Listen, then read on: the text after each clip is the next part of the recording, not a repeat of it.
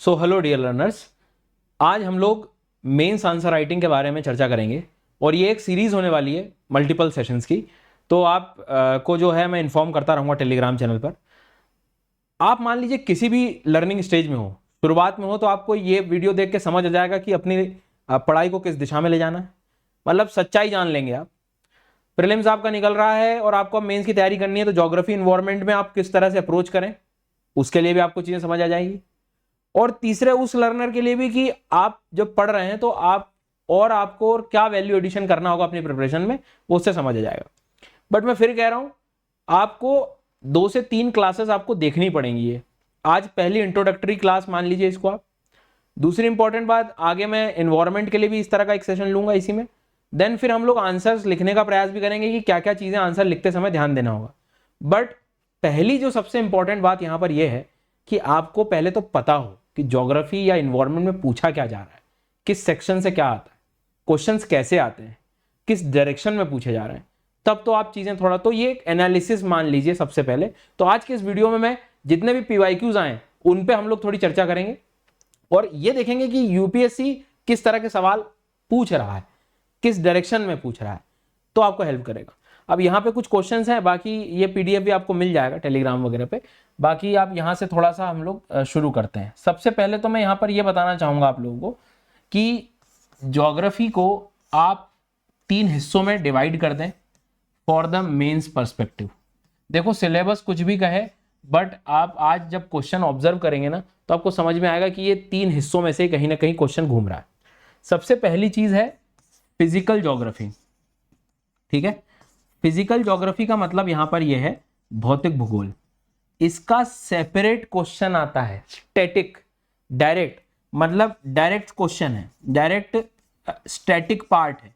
मतलब ज्योग्राफी की जो कोर टॉपिक्स हैं उससे क्वेश्चन आएंगे। लाइक प्लेट टेक्टोनिक बता दो, कॉन्टिनेंटल ड्रिफ्ट थ्योरी बता दो, वोल्केनो के पैटर्न बता दो, या रॉक सिस्टम बता दीजिए, ठीक है, या नहीं कुछ तो साइक्लोन के बारे में बता दो, एयर मासेस के बारे में बता दो। तो ये सारी चीजें ना बिल्कुल कोर सब्जेक्ट है, मतलब सब्जेक्ट का ज्ञान लगेगा इसमें। मैं क्वेश्चंस दिखाऊंगा आज आपको।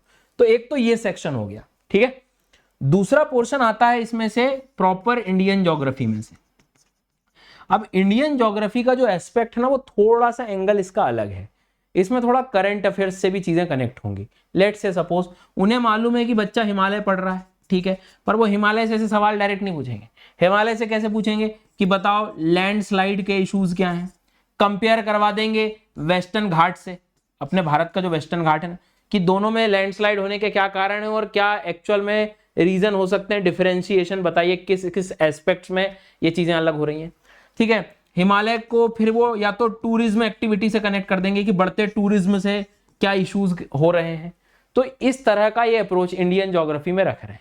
और एक बहुत बड़ा सेक्शन है नेचुरल रिसोर्सेज का भी, ठीक है। नेचुरल रिसोर्सेज या आप कह सकते हो मिनरल्स, ठीक है, या एनर्जी, या जिसको आप कह सकते हो कि इंडस्ट्रीज।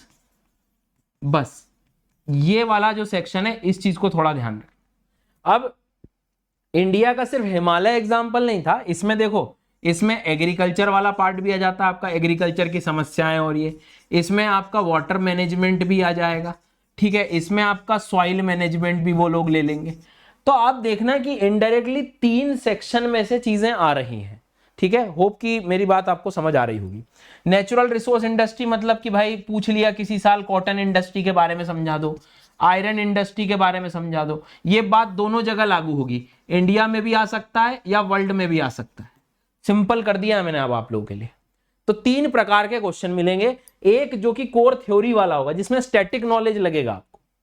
एक सेक्शन इंडिया के रिस्पेक्ट में पूछेगा प्रॉब्लम्स वाला, प्रॉब्लम समस्याओं पे काम करेगा। और एक ऑलरेडी जो चीजें हैं नेचुरल रिसोर्सेज, उसके बारे में जानकारी लेगा इंडिया और वर्ल्ड के रिस्पेक्ट में। तो ज्यादातर वर्ल्ड वाला एस्पेक्ट ना तीसरे वाले कॉलम में आ जाता है। अब आपको समझ में आ गई होगी बात। क्या फिर से देखो एक बार दोहराओ, ये बिल्कुल बैठना चाहिए दिमाग में सर, नहीं तो फिर गड़बड़ है, ठीक है। तो ये फिजिकल ज्योग्राफी वाला पार्ट, इंडियन ज्योग्राफी वाला पार्ट और नेचुरल रिसोर्स। अब आपको मैं कुछ क्वेश्चन दिखाता हूं, आप खुद ही बताना कि ये किस किस से जाके कनेक्ट हो रहा है। लेट्स से सपोज पहला सवाल, describe the characteristics and types of primary rock.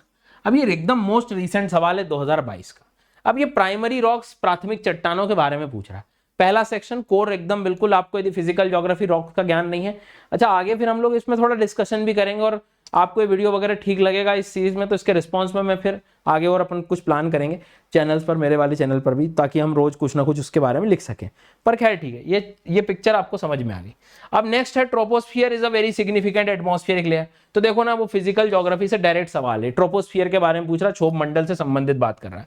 फिर स्ट्रेट्स और इस्थमस क्या होते हैं इंटरनेशनल ट्रेड में। ये क्वेश्चन थोड़ा सा स्टैटिक और हल्का सा इन्होंने कर दिया है कि भाई ओवरऑल न्यूज़पेपर का नॉलेज है कि नहीं, कहाँ से इंटरनेशनल ट्रेड हो रहा है, वाटरवेज कौन कौन से हैं वो बारे में पूछ रहा है।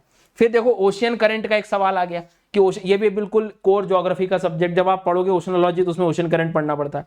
अब धीरे से इन्होंने फिजिकल एस्पेक्ट को जोड़ के लैंडस्लाइड हिमालयन रीजन जो मैंने आपको कहा, लेकिन ये वाला सेक्शन कहाँ चला जाएगा आपको सेकंड वाले पार्ट में, कि इंडिया का जो इशू है वो आपसे यहाँ पर पूछने चाह रहा है।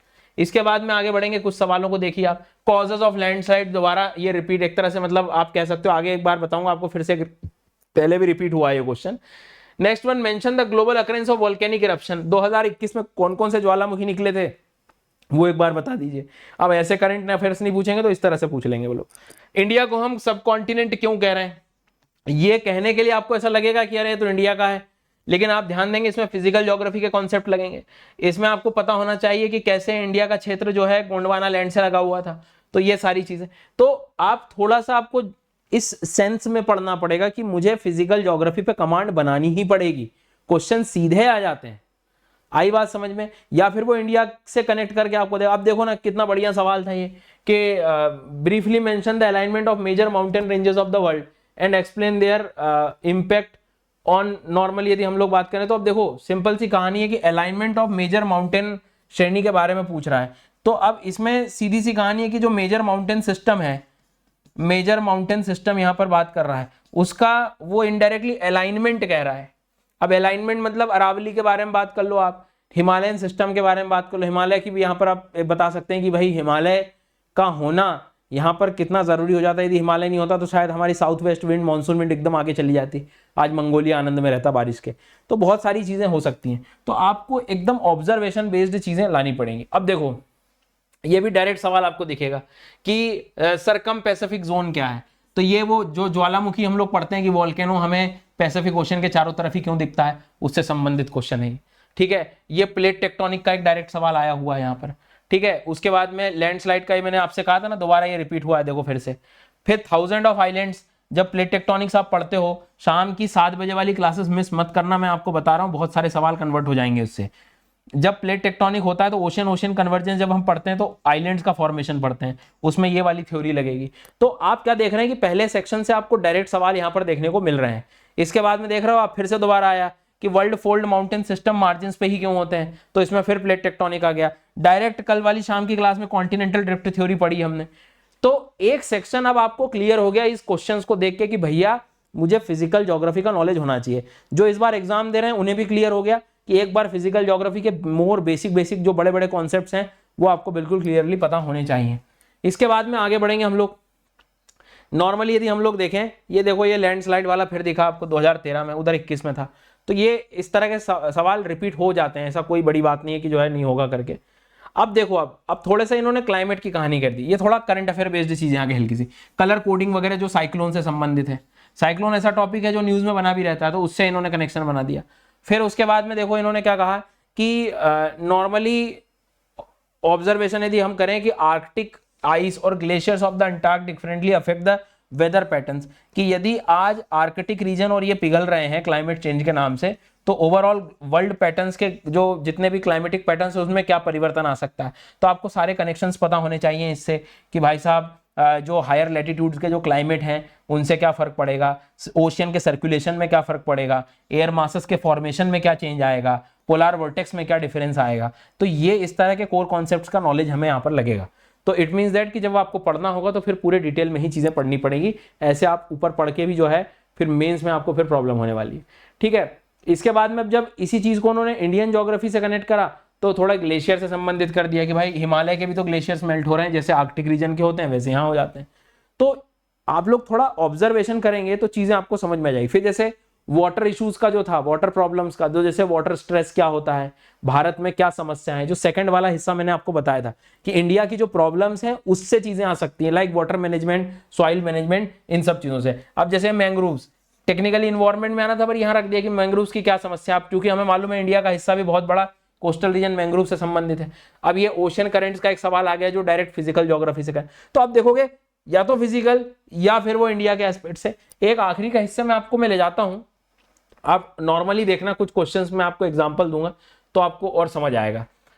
जैसे उदाहरण के तौर पे इसको देखना, रबर प्रोड्यूसिंग रीजन, जो रिसोर्सेज की बात कर रहा था मैं आपसे, ठीक है। उसके बाद में विंड एनर्जी का रिसोर्स, कि विंड एनर्जी, ये रिसेंट क्वेश्चंस थे। उसके बाद में एक बढ़िया सवाल था कि गोंडवाना लैंड का होने के बावजूद भी भारत में इतने मिनरल्स की, मतलब एक तरह से अभी भी इतनी समस्याएं क्यों हैं, ताकि आप लोग देखोगे, मतलब इतना थोड़ा लॉजिकल सवाल था कि India being one of the countries of the Gondwana land, its mining industry contribute much less to GDP. अब सिंपल सी कहानी है कि एक तरफ हम कहते हैं कि इंडिया पेनिनसुलर रीजन जो है वो बहुत पुराना है, स्टेबल है, मिनरल्स हैं, लेकिन फिर भी जीडीपी में कंट्रीब्यूशन को लेकर काफी सवाल आते हैं। तो ये इस तरह का, अब ये कुछ ऐसे सवाल हैं जहां आपको बिना न्यूज़पेपर पढ़े, बिना ये इकोनॉमिक सर्वे या इस तरह के ऑब्जर्वेशंस किए आपसे क्वेश्चन बनेगा ही नहीं, मतलब इसमें थोड़ी बुद्धि एनालिटिकल वाली लगेगी। तो अब आपको समझ आ गया कि तीन हिस्से जो थे वो, एक स्टैटिक नॉलेज, सीधा लिखो आगे बढ़ो, इंडिया की प्रॉब्लम्स वाले क्वेश्चंस, और तीसरा ये कुछ इस तरह का एनालिटिकल अप्रोच जो है वो यहाँ पर जानना चाह रहा है। कुछ क्वेश्चन के बहुत ही अच्छे एग्जाम्पल और मैं बता रहा हूँ आपको, 2 मिनट बस रुकिएगा आप। जैसे अब ये वाटर रिसोर्स वाली जो कहानी थी, लैंड एंड वाटर वाला जो समस्या है, ये आते ही रहते हैं इस तरह के सवाल, ठीक है। उसके बाद में ये डायरेक्ट सवाल था कि मतलब एक तरह से आप ये कह सकते हो ये माइक्रो वाटरशेड डेवलपमेंट प्रोग्राम, ठीक है, उससे संबंधित है ये सवाल। तो पानी की जो समस्या है, फ्रेश वाटर रिसोर्सेज को लेकर ये सवाल एक आया। तो पानी की समस्या, अर्बन फ्लडिंग, ये हमेशा मिल रहे हैं क्वेश्चन। आप आराम से पॉज करके देखोगे वीडियो तो आपको क्वेश्चन भी समझ में आ जाएंगे।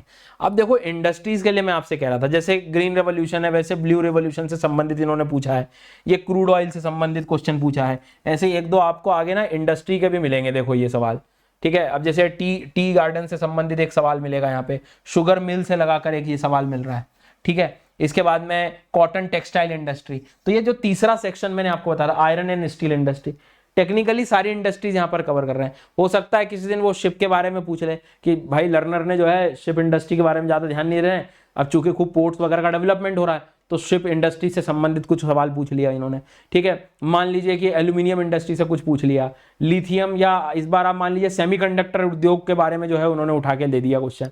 अब ये कहां से कवर करेंगे सर हम ऐसे, तो ये जब आप एक एक दिन उठा के देखोगे तो हमेशा दिक्कत होगी। बट आप जब चूंकि न्यूज़पेपर पढ़ोगे और आपको प्रीवियस ईयर के क्वेश्चंस आपने ऑब्जर्व कर लिए और सिलेबस आपके हाथ में यदि आ गया एक बार, तो अब आपको आइडिया लग गया कि इस तरह के क्वेश्चंस आते हैं। तो सेमीकंडक्टर का कोई आर्टिकल आ रहा है तो उसमें एक एडिटोरियल में सारी चीजें मिल जाएंगी आपके एक आंसर के लिए, बस आपको पता होना चाहिए कि इसका यूज कहां हो रहा है।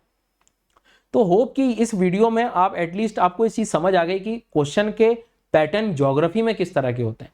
ऐसे ही मैं एक वीडियो ज्योग्राफी के साथ डिजास्टर मैनेजमेंट एनवायरनमेंट का भी बनाऊंगा, अभी सेकंड वीडियो होगा, और फिर हम इनके क्वेश्चंस के कुछ आपको मैं सॉल्यूशन बेस्ड चीजें हम बातें करेंगे कि इसका आप सॉल्व कैसे करेंगे, आंसर को लिखना कैसे। होप की चीजें आपको समझ आई होगी।